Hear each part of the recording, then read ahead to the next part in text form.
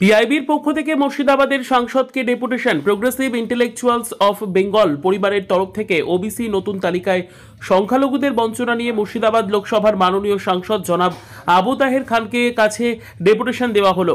সাংসদ সাহেবকে বিভিন্ন পরীক্ষার রেজাল্ট ও অ্যাডমিশন তালিকা ধরে ধরে দেখানো হলো কিভাবে বঞ্চিত অনগ্রসর সংখ্যালঘুদের সাংবিধানিক অধিকার কেড়ে নেওয়া হয়েছে।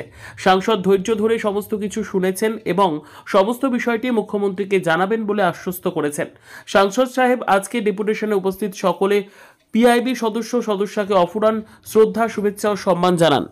এই যে ওবিসি নিয়ে রিসেন্টলি যে রিজার্ভেশন পলিসির মূল লক্ষ্য এবং উদ্দেশ্য অনগ্রসর শ্রেণীগুলোকে এগিয়ে দেওয়া, কোথাও না কোথাও সেটা বিঘ্ন হচ্ছে। সেটা রিসেন্ট বিভিন্ন ভ্যাকান্সিতে অ্যাপয়েন্টমেন্ট থেকে শুরু করে তাদের যে লিস্টে নাম আসা, তো সেই বঞ্চনা যে ধীরে ধীরে হচ্ছে সেটা রিয়ালাইজ করতে পেরে আমরা এখানে আজকে মাননীয় আবু তাহের খান মহাশয়ের কাছে এসেছিলাম এই ডেপুটেশন দেওয়ার জন্য, যে বিষয়টা যেন স্বচ্ছভাবে হয়। যারা সত্যি আর কি ওবিসি রিজার্ভেশন পাওয়ার যোগ্য তাদেরকে যেন তাদের যোগ্যতা অনুযায়ী সেটা ফিরিয়ে দেওয়া হয়, এই দাবিটুকু নিয়েই আমরা এখানে এসেছিলাম।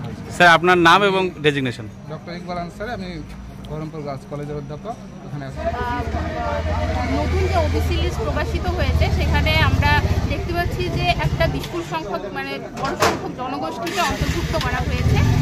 এই সংরক্ষণ নামে আমরা দেখতে পাচ্ছি এখানে প্রহসন, এক কথায় বলা চলে আমাদের প্রহসন করা হচ্ছে। আমি নিজে একজন এসএলএসটি প্রার্থী এবং আমি পিএইচডিও ক্যান্ডিডেট।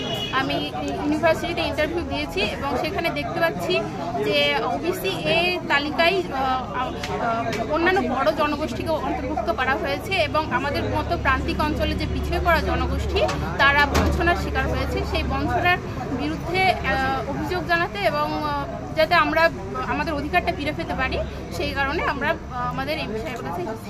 ধন্যবাদ। বঞ্চনা শুরু হয়েছে, তার জন্যই আমরা আমাদের এলাকার সাংসদ মাননীয় আবু তাহের খান মহাশয়ের কাছে সেটার জন্য ডেপুটেশন দিতে এসেছিলাম। আমরা দেখতে পাচ্ছি যে ওবিসি নতুন যেটা লাগু হয়েছে সেক্ষেত্রে ইউনিভার্সিটির বিভিন্ন ক্ষেত্রে ভর্তিতে, পিএইচডি ভর্তির ক্ষেত্রে মুসলিমরা আমাদের সংখ্যালঘুরা প্রায় শূন্য হয়ে যাচ্ছে, সেখানে তারা সুযোগ পাচ্ছে না।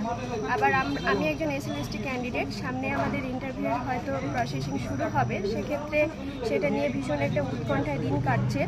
এই যে নতুন ওবিসি, সেক্ষেত্রে সেটা কীভাবে হবে, আদৌ সুযোগ পাবো কি না, সেটার জন্য সেই যে বঞ্চনা, সেই বঞ্চনার বিরুদ্ধে আমরা আজকে